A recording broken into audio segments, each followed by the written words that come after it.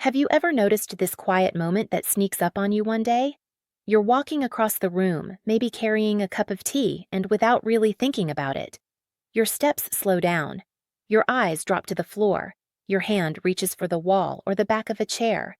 Not because something already went wrong, but because somewhere deep inside your body is saying, "Be careful." I see this every day.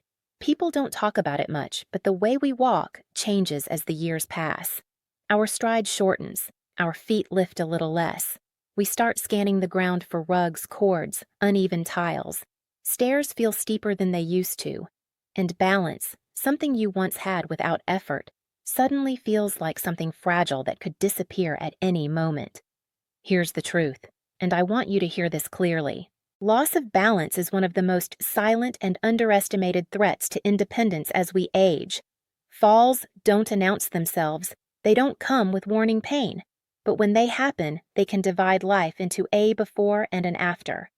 I've seen strong, independent people lose confidence overnight, not because of the injury itself, but because fear moves in afterward.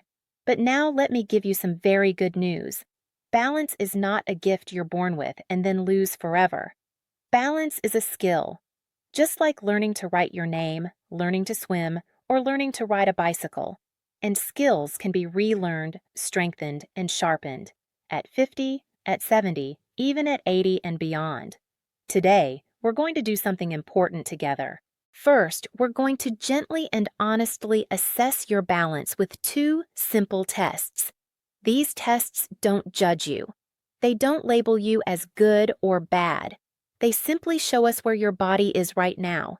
Think of them as a mirror, not of your calendar age, but of your biological balance age. After that, we'll move into carefully chosen exercises.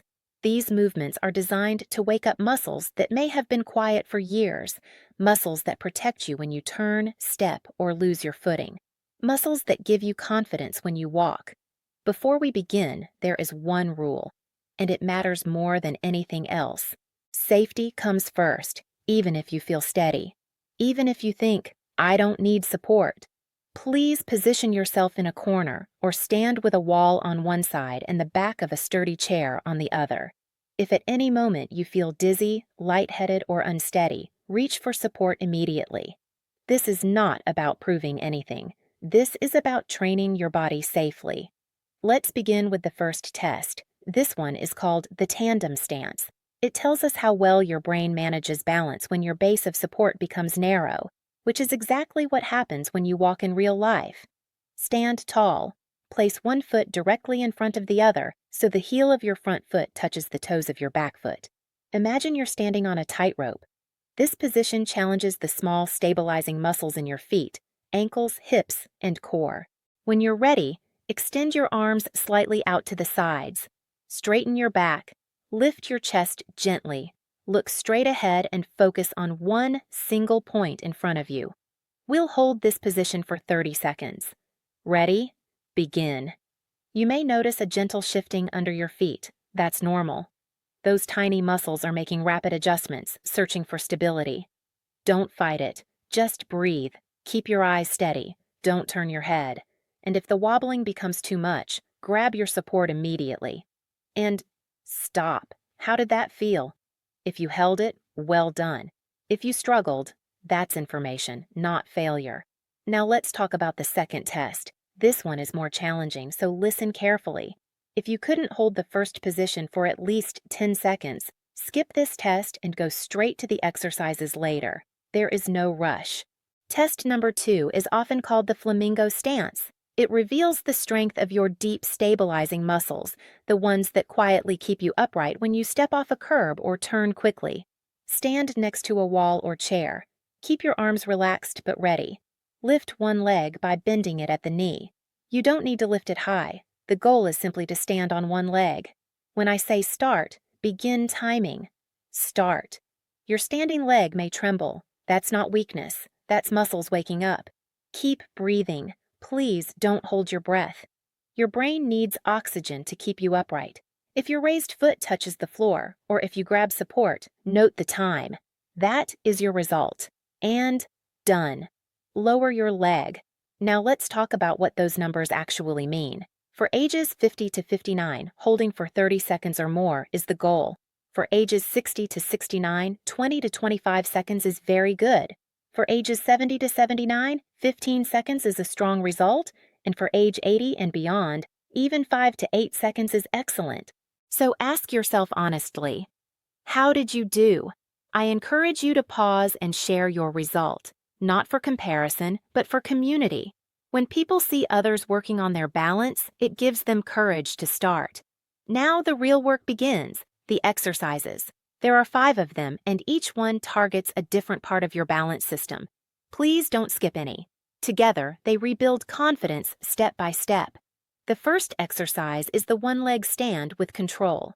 Stand tall with your feet hip-width apart. Hold onto your chair or wall. Bring your shoulder blades slightly together. Engage your core. Imagine a gentle corset wrapping around your waist. As you exhale, slowly lift your right leg, bending at the knee. Lift until your thigh is about parallel to the floor. Now here's the most important part, the lowering. As you inhale, slowly lower your foot back down, resisting gravity.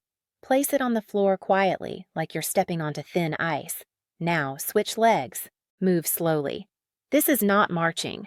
2 common mistakes happen here, moving too fast and letting the hips shift sideways. Keep your hips level. Imagine a string gently pulling you upward through the top of your head. Repeat 10 times on each leg. And remember, no pain. Ever. The second exercise strengthens a muscle that quietly prevents falls during walking, the gluteus medius. Stand sideways next to your chair. Hold on lightly. Keep your back straight. Look forward. Slowly lift your straight leg out to the side. Pause for 1 second at the top. Slowly return it. No swinging, no leaning, no rushing. This muscle keeps your pelvis stable when you take a step. When it's weak, the body compensates, and that's when stumbles happen. 10 repetitions on each side. The third exercise works your ankles, your foundation. It's called heel-to-toe rocking. Hold the back of a chair. Feet shoulder-width apart. Knees soft. Slowly rise up onto your toes. Feel your calves engage. Lower down, then rock back onto your heels, lifting your toes. Move smoothly, like a rocking chair. Here's something many people don't know. The calf muscles are often called the second heart. When they contract, they help pump blood back up toward the heart. So this exercise isn't just improving balance, it's supporting circulation too. The fourth exercise trains coordination and prevents tripping, the coordination cross. Stand in a corner for safety. Balance on one leg while the other taps forward to the side, and then carefully crosses over. This teaches your brain where your feet are, even in awkward positions, exactly what you need in kitchens, hallways, and tight spaces. Slow and controlled. 8 to 10 repetitions per side. And finally, we finish with one of the most powerful exercises for the nervous system, rocking the boat. Stand with your feet wide, knees soft. Shift your weight gently from side to side. Like a pendulum, if you feel safe, close your eyes. This forces your balance system to work without vision, which is how true stability is built. If at any moment you feel dizzy, open your eyes or grab support. There is no prize for pushing through discomfort.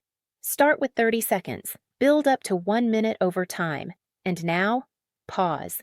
Take a breath. You did something important today. If you felt wobbly, that's okay. Your body is relearning. And here's the most encouraging part. When you practice these movements for just 15 minutes a day, real changes happen within weeks. Your walk becomes steadier. Stairs feel safer. Confidence returns. Balance can be rebuilt. Strength can be restored. And independence can be protected. Stand strong.